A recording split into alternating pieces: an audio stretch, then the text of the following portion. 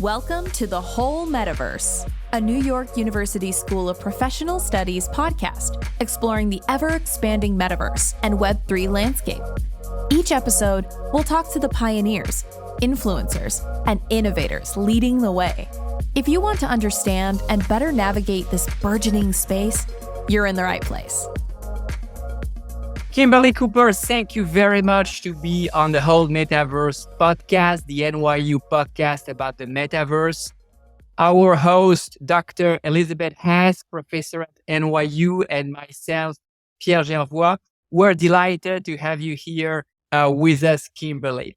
You're an entrepreneur and award-winning artist and an early adopter of the Metaverse and Web3 blockchain technology. I would like to ask you a first question about the role of content in the Metaverse. I see a lot of conversation about, but there's nobody in the Metaverse. When we go, there's so few people. And I think one of the reasons is the lack of interesting content. If you go in a Metaverse, you want to see interesting things. You want to be excited by new things. What are your thoughts about the role of content in the Metaverse? Well, yes, I think, we're right now, everybody is building, right? Building different metaverses and different platforms. And I think even, when I do virtual reality experiences, people will say the same thing. I go in there and nobody's there. And I think there needs to be some type of event or some type of reason why people are going there, or some type of community event, or an art event, or learning about something together, a school event. And so a lot of my metaverse experiences are kind of more scheduled events, like either they're teaching someone a medical device, or they're teaching someone in a metaverse space, at a school with USC, or it's more of like a retail experience where you're learning about products. And so those are just more of like, I know I'm going to go there at this time to do this thing. But eventually, when the metaverse is thriving and we're all in there, throughout the day, it won't feel so like no one else is there. And I think there just needs to be places to experience product content. Can you tell us about your professional transition from somebody who works in the film and motion picture to somebody who works in the Metaverse? How was it difficult? How was it easy? Yeah. What's interesting is I started out as a graphic designer and worked in the film industry, started a company with my husband, Kimber Cooper, working on title designs and visual effects.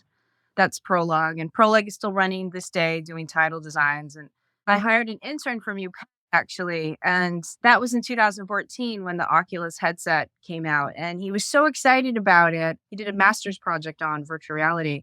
And he said, Kimberly, you have to try virtual reality. You have to try it. And, one day the DK1 headsets came in and I, tried out the experience. It was a roller coaster experience. It wasn't anything, exciting. It was just a red roller coaster. But I understood the power of the metaverse and these immersive experiences. And I just felt like, wow, if I could learn and understand information in a more dimensional way, I think that would just help me retain the information, create these experiences and memories. And so I was like, okay, we're doing it. We're gonna figure this out. I don't know how to do it. I don't know, but we're gonna figure out. And our first experience was an actual education experience. It was called Einstein's Theory of Relativity, and we did it all with illustrations, in virtual reality for Oculus. But that's kind of how I transitioned. And I was really inspired by the technology of becoming this digital form in this digital space. It's kind of like jumping in your computer, like Willy Wonka going inside the TV. And so I just thought, wow, this is a powerful tool to help me learn and understand information better. So that's why I was really excited about learning and diving into this space and taking kind of that magic that we do in film and entertainment, which is make-believe, right? It's all beautiful. It's visual effects. It's film. One of the projects we worked on was Iron Man, and the team created these amazing, hologram, right, data and information. And Tony Stark is trying to solve a problem, and he's interacting with all the data. And I thought, wow, I would love to have that solve a problem, understand information better. And so that was my goal. It was my goal to take what we did in film and entertainment and bring it to life in virtual reality. Let me just pick up on that for a second. I mean, a couple of the things you said about, the experience creates memory, and that was my goal. Where are you against that goal? And what are the barriers right now? The barrier are the headsets. It's just getting those headsets out to students. Students all have phones and laptops. And I think if a headset was part of the requirement, just like you buy, a set of books, I think that teachers will have the ability to transport students to different places they can't do in colleges, right? Schools and in the campus. And so I think it's going to be something that is needed so they can expand and have these immersive experiences. Understand, what is a metaverse space? What does it look like? What's a space that makes you feel comfortable, that you want to hang out in for a long time? What are the great creative ideas I can do in there? Working with USC, we created this master's class for improv for engineers. And we worked with a professor in the architecture school who designed one of our spaces. We worked with professors in the School of Theatrical Arts who created the improvisations in the class in the virtual experience. And then, I worked with Professor Weiss, Elizabeth Weiss, to create kind of this whole masterclass experience for, USC. And I think the only thing holding us back really is, obviously more funding, but like the headsets. The headsets, or, if the students all bought a headset, it would be a lot easier for them to jump in. Are the quality of headsets today good enough for that? If we all had Quest 2s? Quest 2s are good enough, and they're not tethered to a computer. The resolution is high quality, and it's, the prices have gone down considerably. So I think it's worth it. And I think there's just this new frontier, this new territory that needs to be explored. We need people to think about what these spaces look like. And we need to have people think about, can we create these experiences in these spaces that are kind of like these virtual field trips? It's really difficult, sometimes and very expensive, to get students or people to places. And that was one of the things with Medtronic is, in lockdown and COVID, it's very difficult to go to hospitals now, right? With COVID. And so they needed a way to get medical professionals together virtually and to still continue that education of learning how to set up a heart and lung machine, right? That helps save lives and helps the healing process. And so we created an experience for them, which is a virtual theater. People from all over the world can jump in and, continue the education, continue understanding their products. So is that still operational? Very much so. So it's great. So they have this virtual metaverse space, and they have a heart and lung machine in there, and we've created an animation. We've taken all the parts and labeled them. And I couldn't believe the way medical students or professionals learn how to put this machine together. There's all these parts and wires, and it's a rat's nest. I just can't believe it. And they learn by a YouTube video on a phone. If they can't get in the hospital, and there's no way I could understand what wire goes where. And when we broke it down for them, it was more immersive experience. It was more like as if they were there together, but it was all virtual. So they really got a very dimensional, learning experience. There are a couple other things you said that I want to just play off of. One was that, people will want to go back and hang out if the experience is right. What makes the experience right? What are the key success factors for a place besides an event? Yeah, I think you have to think about it like, just like boutiques and stores, you have to update the showroom. You have to update, the products, or you have to update. I think you need to have at least, once a month, you need to update. Either it's a new environment or a new experience. And I think there needs to be some type of update so that people can continue to go back. I mean, Instagram, people are always feeding it new content. And I think destinations in the metaverse, you're going to have to, feed it new content and new things to come to draw people in, just like malls do that all the time, right? They do events. And if I can just replay, what you're saying is there's a new dynamic to space. And it's a dynamic like Instagram was to photography. The metaverse is to space. Yes. For that dynamic. Okay, that's important. Yes. My second question is, depending on where I am, you're either running 2 or 3 companies, and maybe you can my understanding is there's Prologue, which is education-based, and there's Spatial Lands, which is commercial. Is that right? And why are they separate? And where are you spending your time now? So I started a company called Spatialand in 2016. And in 2018, it was acquired by Walmart. And so 4 years after 2018, we were building immersive retail experiences for Walmart.